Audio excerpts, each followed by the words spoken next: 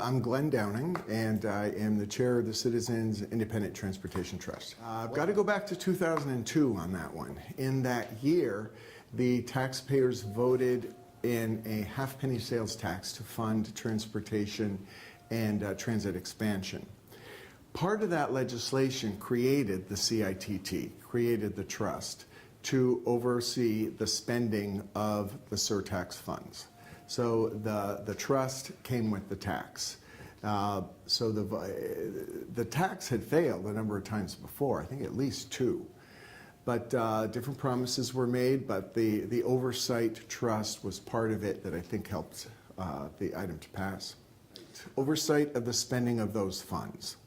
The intent of the legislation is that we wanted, or the voters wanted to make sure that the money would be used for what they voted it for transit and transportation.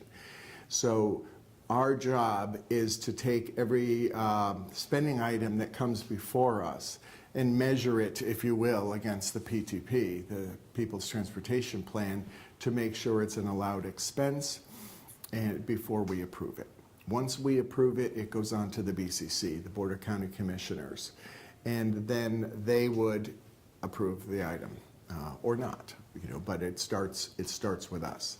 If there's something that we do not approve, it can still move on to the BCC and they can override us with a 2/3 vote.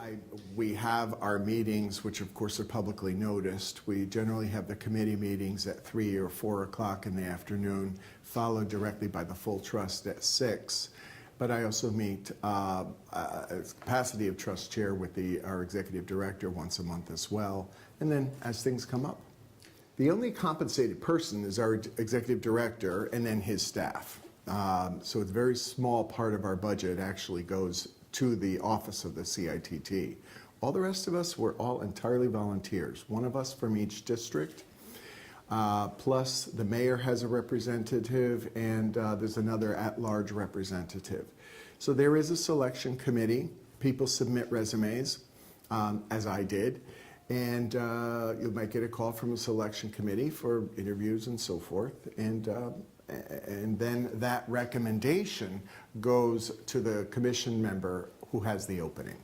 And that commission member is actually the one who makes the choice. The decisions on what you're going to spend the money on.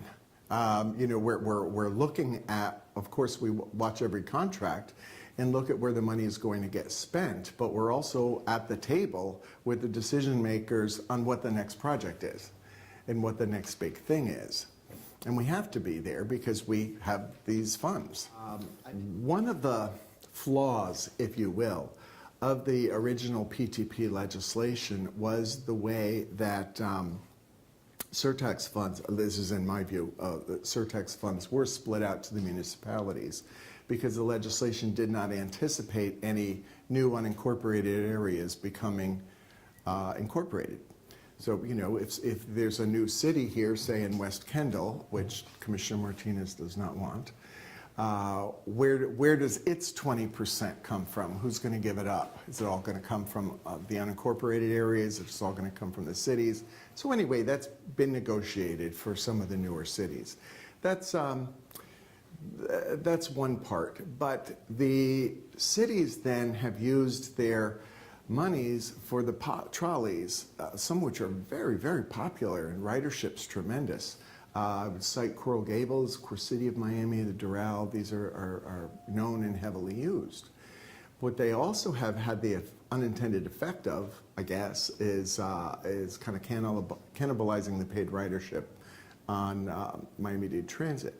So do I see the day when UMSA, the unincorporated area, gets a 20%? I don't know.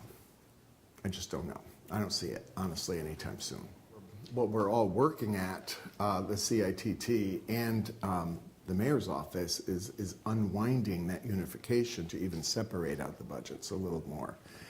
And for that, I've got to go back a few years, and this is before I was on the trust. Apparently the city was having a budget crisis, and the way the legislation was written is that PTP funds could be used for expansions and the operation and maintenance only of those expansions.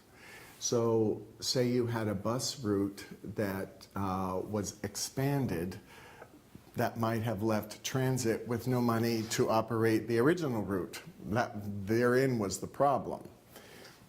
So for a period of years, they unified the budget so that we trust funds were paying not only for capital expansion, but also just to fund everything, keeping it going. And we're to the point where it's about to be unwound, I think, with next year. We voted for it to end at the end of the fiscal year, ending this October. And that gave the county a year to make it happen. And you know, money is fungible. We just felt like we were at the point where the accountants can make the original promise, the original intent work, that there was enough money being spent on the new stuff that it worked, the original intent worked. We just want to be transparent with the taxpayers so they know where their money's going.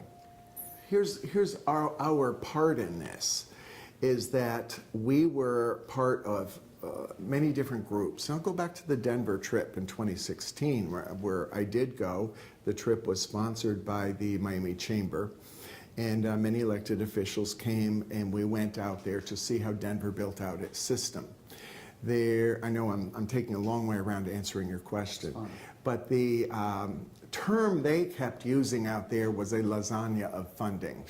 You have, this state source, you've got this local source, this federal source, and as soon as you pulled enough together to build a line, you go ahead and build it. So this was kind of the attitude for the 6 smart plan corridors. Now the difference so we didn't have a say. You know, we're not at that point. We're not the TPO. We're a funding structure. Would I have made a different recommendation personally? Yes, I think they should have split the difference and ran the train down to 200th Street and then the bus from there. But they didn't consider that. And I know this because in a meeting, when they came and presented their choice to us, I asked the question and it had never been under consideration. You've already got the busway there. It will not take a whole lot to implement this full bus rapid transit. And it's going to be really nice. Yeah. So ultimately, whether the wheels roll on pavement or on rails, as long as you've got the good service. And they're going to have an excellent service. And one of the things that excuse me, the bus rapid transit can do that rail can't is you can run fingers of this off the busway out into the neighborhoods, say out into 152nd Street or wherever, so that you can extend, if you will, that busway out west and draw, we hope, enormous numbers of commuters.